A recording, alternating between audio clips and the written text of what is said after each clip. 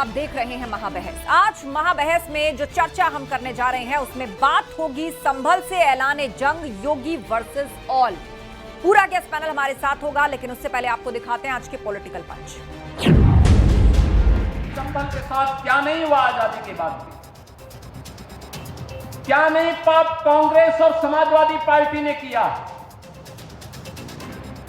कांग्रेस यहां सामूहिक हत्या करवाती थी और समाजवादी पार्टी उनके चेले के रूप में उनके पाप पर पर्दा डालने का काम करती थी, हत्यारों को बचाने का काम करती थी। यही तो हुआ था संभल में, यही तो हुआ था आजादी के बाद में जो कत्लेआम हुए थे।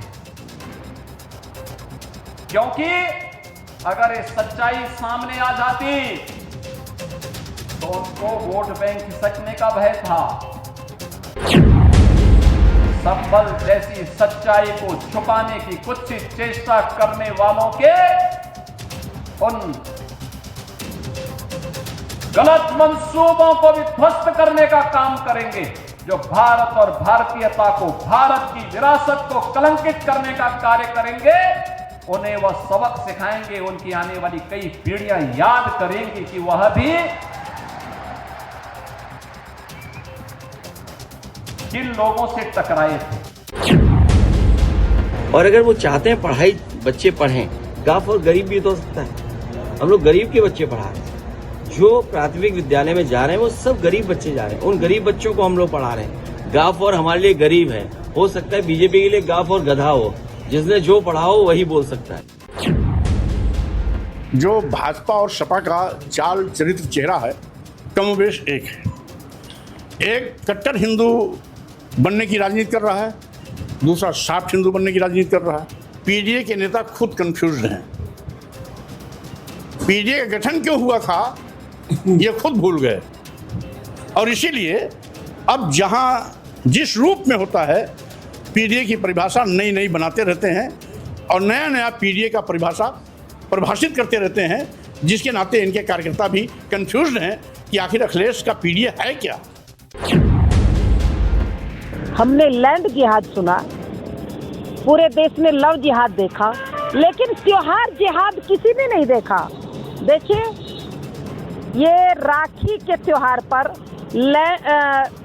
त्योहार जिहाद, इस पर राखी बना रहे हैं कुछ मुस्लिम, और राखी बनाने के बाद उसे सूर्य और चंदा बना करके उस राखी को नीले धागे में ये बनाई जा रही है। नफरत से घुला हुआ है और समाज के अंदर एक खास मजहब के लिए घृणा पैदा करने वाला और नफरत फैलाने वाला है। राखी चाहे जिस चीज की बांधे, बहनें किसी भी चीज की राखी बांध सकती हैं। उनकी जिसमें आस्था हो उसमें वो बांधें, जिसका उनके दिल को लुभाने वाली चीज हो उससे वो बांधें। चांद और सूरज ये कोई इस्लाम का हिस्सा नहीं है। न इस्लाम इनको पूजने की इजाज़त देता है और न इस्लाम इनकी किसी भी एतबार से मजहब के शरीक मानता है। वो खरबों रुपए के वक्ती जमीन पर गवर्नमेंट के नाजायज कब्जे और उन्हें बिल बना दिया कानून को, गवर्नमेंट की जमीन हो जाएगी। कैसे हो जाएगी जमीन? जब किसी ने दान दिया है उसको नेक कामों के लिए, अल्लाह के नाम के लिए दान दिया, तो किस कानून के तहत वो गवर्नमेंट की जमीन हो जाएगी तुम्हारी? तो दूसरी गवर्नमेंट का नाजायज कब्जा है, इसको उल्टा होना चाहिए कि कंपनसेशन देना चाहिए उसको गवर्नमेंट को।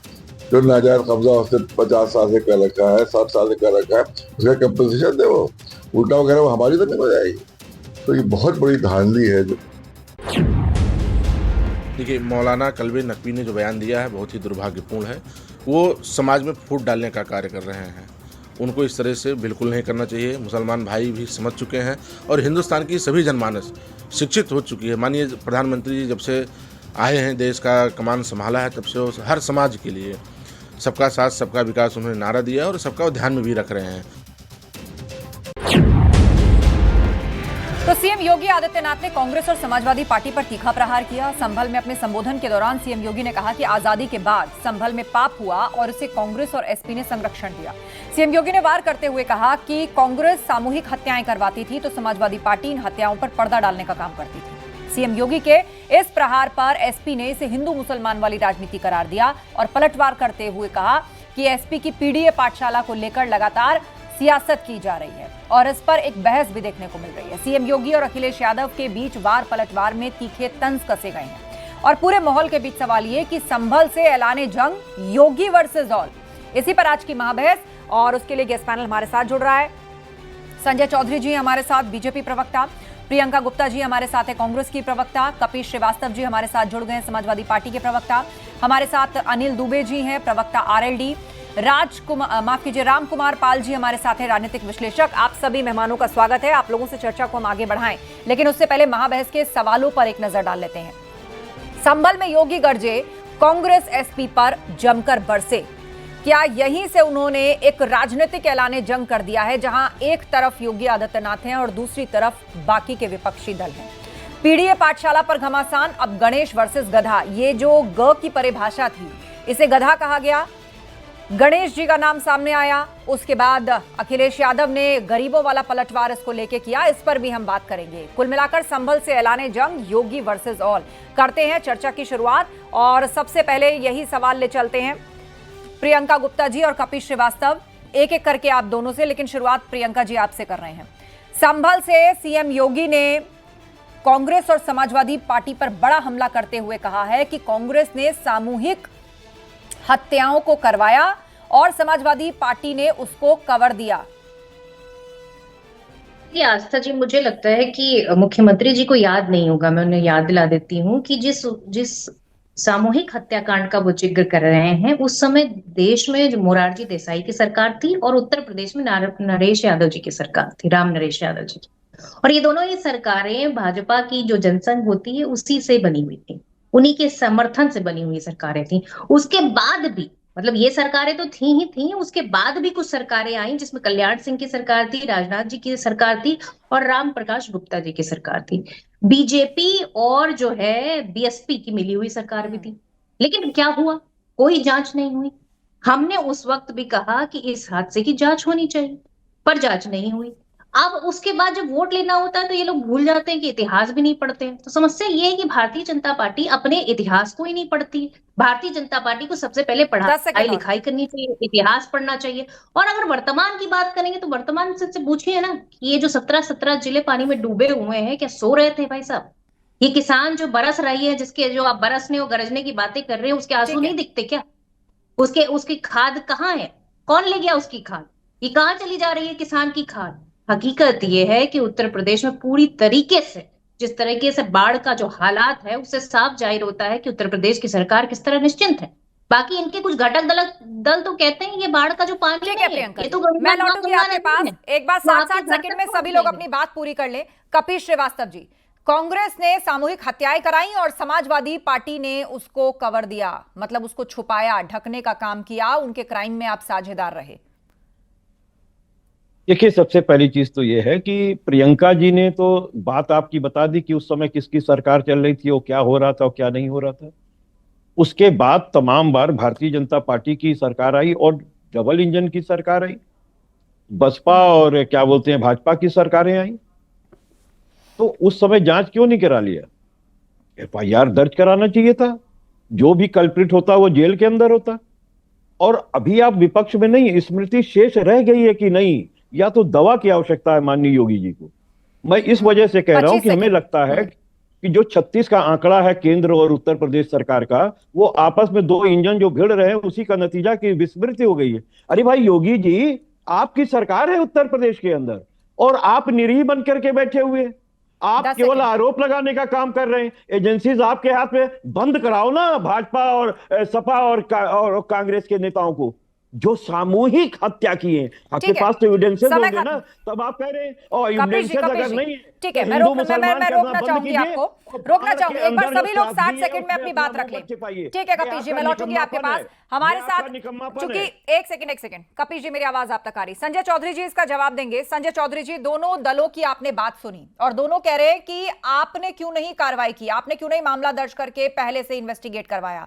हाल तो जब हम पूरे संभल की बात करते हैं, वहां पर तो अभी इस बात को खारिज ही किया जाता है कि वहां से लोगों का पलायन हुआ या नरसंहार हुआ या लोगों को भगाया गया या हत्याएं हुई, तो दोनों तरफ से हुई, किस तरफ से हुई, वहां क्या हुआ, और पलायन को तो बिल्कुल खारिज ही किया जाता है। देखिए, योगी आदित्यनाथ जी ने आज संभल के काले सच को सामने करके दिखाया है और उत्तर प्रदेश में जिस प्रकार से एक राजनीतिक दल हत्या करता है, दूसरा उसको कवर देता है, इसको मैं बिल्कुल स्पष्ट करना चाहूंगा। देखिए, 1978 का दंगा है और उसके बाद की जो सरकार आई, उसके बाद कांग्रेस की सरकार थी, जो संवित सरकार थी वो बर्खास्त कर दी गई थी और इसमें 169 एफआईआर हुई और उसके बाद कोई नहीं। एक और मैं याद दिलाना चाहता हूं, मुरादाबाद तो याद होगा ना दोनों राजनीतिक दलों को, कांग्रेस को भी और समाजवादी पार्टी को। 1980 में दंगा हुआ था और 1980 में दंगा होने के बाद लगभग 100 लोग इसमें मारे गए थे और उसके बाद भारतीय जनता पार्टी ने 2023 में इसकी रिपोर्ट जब सदन में प्रस्तुत की तो यही दोनों राजनीतिक दल चिल्ला रहे थे, एक दूसरे को कवर दे रहे थे। भारतीय जनता पार्टी हर दोषी के गले तक पहुंच रही है और ऐसे दंगे कराने वालों को बेनकाब कर रही है। इसीलिए ये राजनीतिक दल मुंह छुपा रहे हैं और इसका उत्तर देने के बजाय अनाप शनाप की बातें कर रहे हैं। ठीक है, वैसे 2 सेकंड अभी और थे, सबसे पंचुअल आप ही निकले संजय जी। देखिए, हम लोग तो समय पर रहते हैं, सच कहते हैं, इसीलिए ठीक रहते हैं। इनके पास कुछ अच्छा ठीक है, चलिए काउंटर आर्ग्यूमेंट्स के लिए हम चर्चा को खोलेंगे, लेकिन अभी हमारे साथ 2 मेहमान और हैं। एक सेकंड कपिल जी, पहले वो दोनों अपनी बात रख ले। अनिल दुबे जी हैं, प्रवक्ता आरएलडी। अनिल जी, संभल में जो हिंसा हुई थी उसके बाद बड़े पैमाने पर वहां से पलायन हुआ, फिर अभी वहां हनुमान मंदिर मिला है और उसकी पूजा अर्चना शुरू हुई है, लेकिन जब हम इसकी राजनीति की बात करते हैं तो वहां पर खुदाई भी चल रही है, बहुत सारे कुएं भी बरामद हुए हैं, लेकिन जब ये पूरा कांड हुआ था उसके बाद बड़े पैमाने पर वहां से पलायन हुआ, वहां की डेमोग्राफी चेंज हुई, इस बात को खारिज किया जाता रहा है। आप तो पुराने समय से राजनीति भी देख रहे हैं, इन सारी चीजों को, इन सारी घटनाओं को आपने देखा होगा। देखिए आस्था जी, भारतीय जनता पार्टी के हमारे मित्र संजय चौधरी जी बैठे हैं, उन्होंने इस विषय को उठाया, लेकिन जहाँ तक हमारा मानना है, हम जो हमारी पार्टी है, हम किसानों पर आधारित बात करते हैं और आज जिन मुद्दों को आप लेकर के आए हैं, हम लोग तो ये चाहते हैं कि समाज में जो भाईचारा है वो अब समाज का भाईचारा बना करके चला जाए, समाज को जोड़ने की बात हो, और जो हो चुका उस पर ये क्या कार्रवाई करेंगे, कैसे करेंगे, ये भारतीय जनता पार्टी के हमारे मित्र बताएंगे कि वो उस पर क्या उनको कार्रवाई कर रहे हैं। चूंकि वो बैठे हैं, अगर ना बैठे होते तो मैं उसको विस्तार से जाता, लेकिन आज मैं तो ये कहना चाहता हूँ कि आज उत्तर प्रदेश के 22 जनपदों में बाढ़ की स्थिति है, बाढ़ से लोग प्रभावित हैं, कई जगह पे लोगों की फसलें नष्ट हो गई हैं, पशुओं का नुकसान हो रहा है। तो जो सामयिक चर्चा है, मैं समझता हूँ कि अगर आज इस पर चर्चा हो कि उत्तर प्रदेश में बाढ़ की क्या स्थिति है, बाढ़ से राहत के काम हो रहे हैं कि नहीं हो रहे हैं, उसकी समीक्षा की जानी चाहिए। लोगों को जो जिन बेघर हो गए हैं बाढ़ से, उनको घर मिल रहे हैं कि नहीं मिल रहे हैं, किसानों को उनकी फसलों का मुआवजा दिया जा रहा है कि नहीं जा रहा है। सफाई से संभल के मुद्दे को टाल जाते हैं। पश्चिमी यूपी की जो पॉलिटिक्स है, इसमें आरएलडी आप पूर्व में सपा के साथ गठबंधन में भी रहे हैं और कहीं ना कहीं ऐसा माना जाता है कि देखिए आस्था जी, यहाँ पर जब वो भारतीय जनता पार्टी के स्वयं बैठी हुई है तो वो ज्यादा बेहतर बता पाएंगे। कहीं ना कहीं एक कॉम्बिनेशन भी रहता है कि किसको बढ़त मिलेगी, किसके साथ कौन आ जाए, लेकिन बहरहाल अब राम कुमार पाल जी हमारे बीच में, राजनीतिक विश्लेषक, उनसे भी एक टिप्पणी लेते हैं। राम कुमार पाल जी, संभल के इर्द गिर्द जो राजनीति हो रही है, क्या उसकी वास्तव में या इस समय पर जरूरत है प्रदेश को? देखिए, संभल के विषय में हरिहर मंदिर या कुएं के बारे में सुप्रीम कोर्ट ने यथास्थिति बनाने की आदेश दिए हैं, तो ये विषय 1526 के बाबर के जमाने का विषय है और लोग ये भूल जाते हैं कि बाबर के बाद तो अंग्रेज भी आए थे, अंग्रेजों ने भी राज किया था, तो बाबर औरंगजेब क्यों ये लोग दोहराते हैं दोनों पक्ष विपक्ष? ये बात कुछ अच्छी नहीं है और अच्छी ठीक बात नहीं है। बाबर भी गए, अंग्रेज गए, अंग्रेजों ने देश का बंटवारा किया, तो क्यों बाबर बाबर बाबर हरिहर मंदिर 1526 का कांड आज उठाया जा रहा है? हाँ, ये कि 78 में जो दंगा हुआ था ये सच था कि धार्मिक था, वो धार्मिक प्रभाव के हिसाब से हुआ और सपा ने मुआवजा भी एक तरफा दिया। लेकिन इतना पुराना विषय आज की तारीख में, आज की विकास मतलब आप ये कह धारा रहे हैं में, कि इसको भूल जाना चाहिए? आज की विकास के क्षेत्र में ये 1526 और बाबर तो हमें ठीक नहीं लगता। लेकिन मुख्यमंत्री तो साफ साफ कह रहे हैं कि संभल का जिक्र तो हमारे पुराणों में भी है, ये ऐतिहासिक पुराणों भूमि में है, है, हम कह हम रहे हैं लोग कि वोट बैंक की 1915 पॉलिटिक्स करते ही नहीं है, हम तो विरासत बचाने आए हैं। सर, मैं कहना चाह रहा हूँ कि 1526 में बाबर ने हरिहर मंदिर तोड़ा था, ये भी सत्य है, हमारे इतिहास में है। लेकिन उस इतिहास से जनता को क्या लाभ, आज के जनता जनार्दन को क्या लाभ? आज विकास की दर के विकास की बात की, विकास हो भी रहा है, 11 साल में देश बदला भी है, लेकिन फिर पुराने चीजों पे जाना तो एक कपिल अच्छी बात श्रीवास्तव नहीं। जी, उसके बाद संजय जी। देखिए आस्था जी, सबसे पहली बात तो हम ये कह दें कि अगर किसी का दंगों से सरोकार रहा है तो भारतीय जनता पार्टी का रहा है, और वो प्रूफ है। गोधरा दंगा के अंदर जब गुजरात का चुनाव हुआ संभल तो में इनके मुआवजा विधायक एक तरफा दिया था आपने। जो हार गए, सुन लें पहले, आप बीच में ना बोलें, जो हार गए इनके विधायक, उनकी बकायदा मीटिंग हुई और उन्होंने कहा क्योंकि हमारे यहाँ दंगा नहीं हुआ इसलिए साहब हम हार गए। और आप बताइए, जकारिया का केस आज भी सुप्रीम कोर्ट में पेंडिंग है, जिसमें मिस्टर नरेंद्र मोदी जी और अमित शाह जी दोनों लोगों के नाम है। और आपने देखा माया कोडनानी को बकायदा सजा हुई है, और ये पाया गया कि सरकार को राजधर्म निभाने की बात अटल बिहारी वाजपेयी साहब ने ही कही थी, वो नहीं निभा रहे थे। आप बताओ ना, मुजफ्फरपुर दंगे के अंदर 5 अभियुक्त जो मुख्य अभियुक्त हैं वो इनके लोग हैं, और ये क्या साबित करना चाहते हैं? जब ये दंगेबाज सत्ता में आ जाते हैं तो दंगा रुक जाता है, जब कोई दूसरा सत्ता में होता है तो ये दंगेबाज जो है सत्ते के लिए जो है वो दंगा करते हैं। आप मुझे बताइए, ये राजनीतिक विश्लेषक साहब एक बात तो सही कह रहे हैं, वो ये बात सही है कि आप बाबर से लेकर के और अंग्रेजों के जमाने के अब उठा के आप विरासत खोज रहे हैं। अरे आपके बाबा परदादा और आपके परनाना कहां थे जिस समय अस्मिता लूटी जा रही थी हिंदुओं की? आप कहां खड़े थे, नाखून कटवा रहे थे? और आप तो अंग्रेजों के गुलाम बने घूमे हुए थे। आपके लोग तो बकायदा आपकी विचारधारा क्या कर रही थी, बुलबुल पे बैठ के उड़ रही थी और उनसे पेंशन उठा रही थी, ठीक है, और मुखबरी कर रही थी, लोगों को फांसी की सजा पे चढ़वा संजय रही चौधरी थी। जी, उसके अरे बाद भाई, प्रियंका अटल जी। बिहारी वाजपेयी जी की ही गवाही पे लीलाधर वाजपेयी को आप जवाब सुन बकायदा लेते हैं 18 सर। महीने की संजय सजा जी। हुई थी। अरे सुनिए कपिल ठीक है, जी, जवाब। जो समाज, ये जो सच्चाई है, संस्कृति, इसको जो स्वीकार कीजिए। विचारधारा, जवाब जो जवाब धर्म, जवाब जो संस्कृति, जो विचारधारा, जो धर्म, जो पंथ, जो संप्रदाय, जो जातियां और जो विचारधारा, चाहे वो राजनीतिक हो चाहे वो सामाजिक हो, अपना इतिहास पर गर्व नहीं करती, उनकी स्थिति कपिल श्रीवास्तव जैसी होती है। क्योंकि इतिहास लिखा ही इसीलिए जाता है कि उससे सबक सीखा जा सके, और जो इतिहास से सबक नहीं आपने जो सबक सबक क्या नहीं सीखा? सीखना चाहते, जिस समय इतिहास जो सबक लिखा नहीं जा रहा सीखना चाहते, था उस उनकी समय हालत आप नाखून कटवा रहे थे अंग्रेजों के साथ बैठ करके। उस समय आपने मां भारती की अस्मिता की बेच दी। आपने उस समय बकायदा अंग्रेजों के साथ मिल करके भारत की स्वतंत्रता का विरोध किया। ये कौन नहीं जानता है? महात्मा गांधी की हत्या में आपके लोगों का हाथ रहा है, ये कौन नहीं जानता? आप कौन नहीं जानता कि आपकी एक विभूति नहीं है जिसका नाम है भारत के स्वतंत्रता इतिहास में लिखा सके? आपके मंदिर भारत के स्वतंत्रता में जिसका हाथ रहा हो, एक विभूति का नाम बताइए।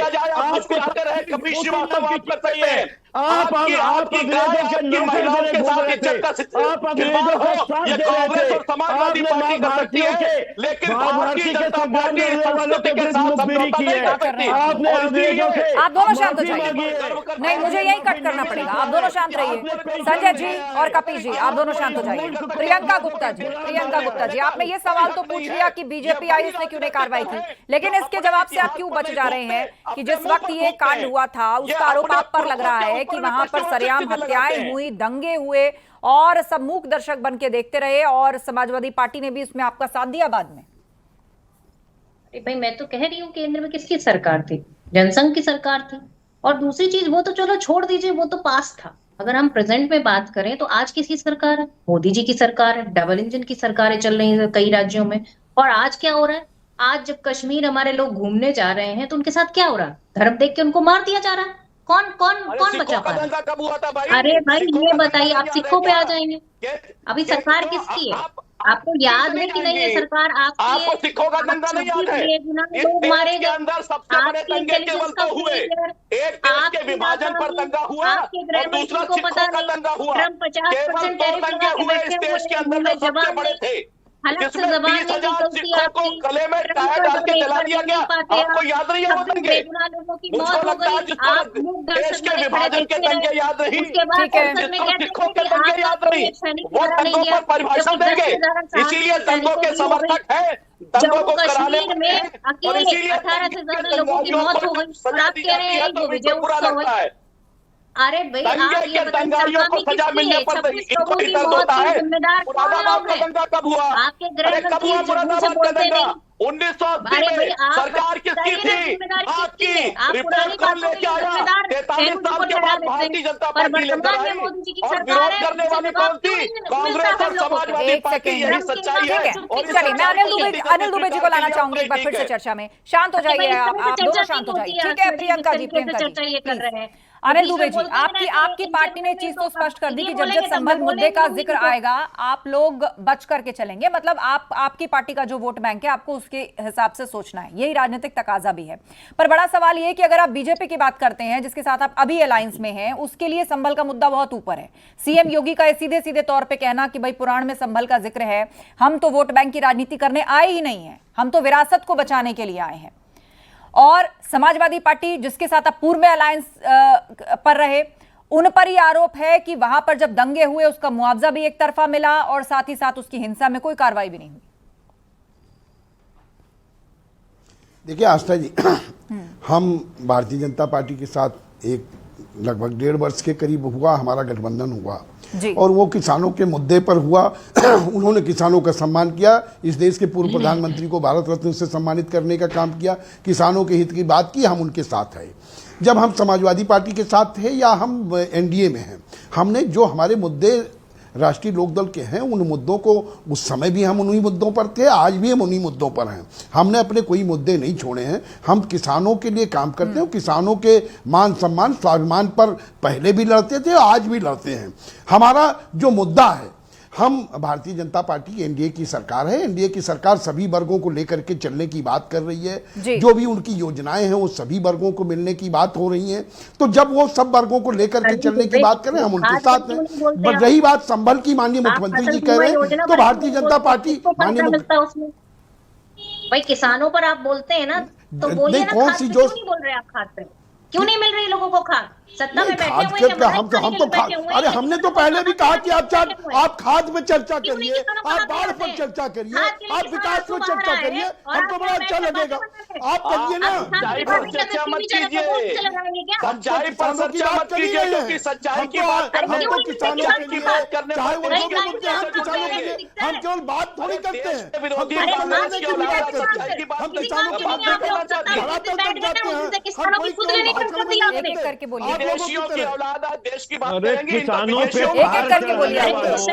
700 किसानों की हत्या करने वालों, उन पर 1-5 मिनट का मौन न रख पाने वालों, कब से किसानों के खैरख्वाह हो गए? हाँ वही भारतीय जनता पार्टी खैरख्वाह कैसे हो गई? किसानों की खैरख्वाह कैसी हो गई? 700 किसानों के हत्या एक एक करके बोलिए। बना हुआ है। संजय जी आप शांत रहिए, आपको जवाब देना है, बाद में आप शांत भारतीय रहिए। जनता पार्टी के सर पे बना हुआ है। चीनी मिल बेच देने वाला किसानों के गाड़ी चलवाने वाले किसानों पर, आज तक एमएसपी न लाने वाले, आज तक स्वामीनाथन कमेटी की रिपोर्ट न लागू करने वाले, ऐसे लोग सबसे किसानों का खैरख्वाह हो गए। ठीक है, किसानों की हत्या करवा दिया भारतीय जनता पार्टी ने, 1.5 साल तक पूरे सड़क पर बचाए रखा। अरे ये 1.5 साल तक बचाए रखे ये किसानों के, ये एक सेकंड नहीं, शांत रहिए आप सभी, आदमी है। शांत हो जाइए सब लोग, शांत हो जाइए। रामकुमार पाल जी हैं राजनीतिक विश्लेषक, मैं उनको चर्चा में लाती हूं क्योंकि बहस भी अब अंतिम पड़ाव में है। रामकुमार पाल जी, सीएम योगी ने साफ कहा है कि संभल के पापियों को सजा दिलवाई जाएगी। कांग्रेस ने नरसंहार किया या सामूहिक हत्याएं करवाई और एसपी ने उसे छुपाया। तो कुल मिलाके संभल से सीएम योगी ने एक तरीके से स्पष्ट कर दिया है कि एक तरफ योगी आदित्यनाथ है, बीजेपी है वर्सेस ऑल की स्थिति है।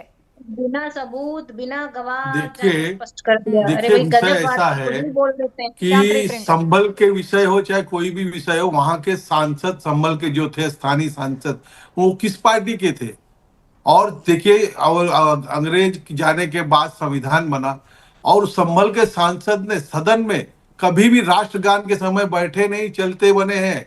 ये सपा जो है ये चाहती है कि ये बीजेपी हिंदू की बात करे और हम मुद्दा ले। सपा कभी भी हिंदू के पक्ष में बात नहीं करेगी। किसान की बात करेगी कि आगे वहां पे हिंदू थे, मुसलमान नहीं थे। आज भी देखिए, आज भी हमारी बहू के खिलाफ एक मौलाना ने कहा, लेकिन अखिलेश की मुंह नहीं खुले, पेशेंस के साथ जवाब रामकुमार जी ने बात नहीं सुनी। खुले उस मौलाना के लिए, क्योंकि जाति से था, मौलाना था। इसलिए सपा बीजेपी वाले लड़े, विकास की राजनीति करे जो उनकी ध्येय है, विकास की राजनीति करे उनका निश्चय है। ये 1926 का विषय, 1526 का विषय मुझे वाजिब नहीं लगता और सपा को यही चाहिए। जो सपा की मन की बात बीजेपी कर रही है, ये मुझे पसंद नहीं है। का काम किया है, ये केवल आपने मौलाना रशीदी का क्या किया? अखिलेश जी ने क्या कहा? होता है ये हिंदुओं को कपिल जी, आप इस सवाल पर भी तो जवाब दीजिए ना। मौलाना रशीदी को लेकर आप पर सवाल पूछे जा रहे हैं कि आपने क्या कहा, स्वामी प्रसाद मौर्य जब आपकी पार्टी में थे आपने क्या किया? बहू के साथ क्या न्याय दिया आपने? वोट लोगे यादवों से और काम करोगे मुसलमानों का, आप वहां कब्रिस्तान बनाओगे। यादव का वोट क्या भारतीय जनता पार्टी नहीं पाती है? ये सरकार अकेले बना लेती है क्या? हम अकेले? चलिए समय खत्म हो रहा है मेरे पास, समय खत्म हो रहा है। Last comment Sanjay ji, last comment Sanjay ji, 10 second के अंदर क्विक रिस्पॉन्स। देखिए, मुझे लगता है कि संभल का मामला उठाकर योगी आदित्यनाथ जी ने देश की संस्कृति, देश का इतिहास और देश की विरासत की बात की है। अब विरासत की भी रक्षा करते हैं और विकास की भी करते हैं। और जो ठीक है, तो कुल मिलाकर जो आरोप लगाया जा रहा था कि जब मुद्दों पर जवाब नहीं मिलता तो हिंदू मुसलमान किया जाता है, क्या उसके जवाब में योगी आदित्यनाथ ने ये कहा है कि भाई हम विरासत की राजनीति करते हैं, हम विरासत को बचाने आए हैं, हम किसी भी तरह से जो है तुष्टीकरण की राजनीति नहीं करते, हिंदू मुसलमान राजनीति नहीं करते, वोट बैंक पॉलिटिक्स नहीं करते। आप सभी मेहमानों का धन्यवाद इस चर्चा में शामिल होने के लिए। तो सीएम योगी के इस प्रहार पर एसपी ने इसे हिंदू मुसलमान वाली राजनीति करार देते हुए पलटवार किया। तो एसपी की पीडीए पाठशाला को लेकर भी राजनीति तेज है। सीएम योगी आदित्यनाथ और साथ ही साथ सपा अध्यक्ष अखिलेश यादव, ये दोनों ही एक दूसरे के ऊपर वार पलटवार कर रहे हैं। बिना नाम लिए ग को डिफाइन किया जा रहा है। महाबहस में इतना ही। खबरें जारी हैं, बने रहिए हमारे साथ।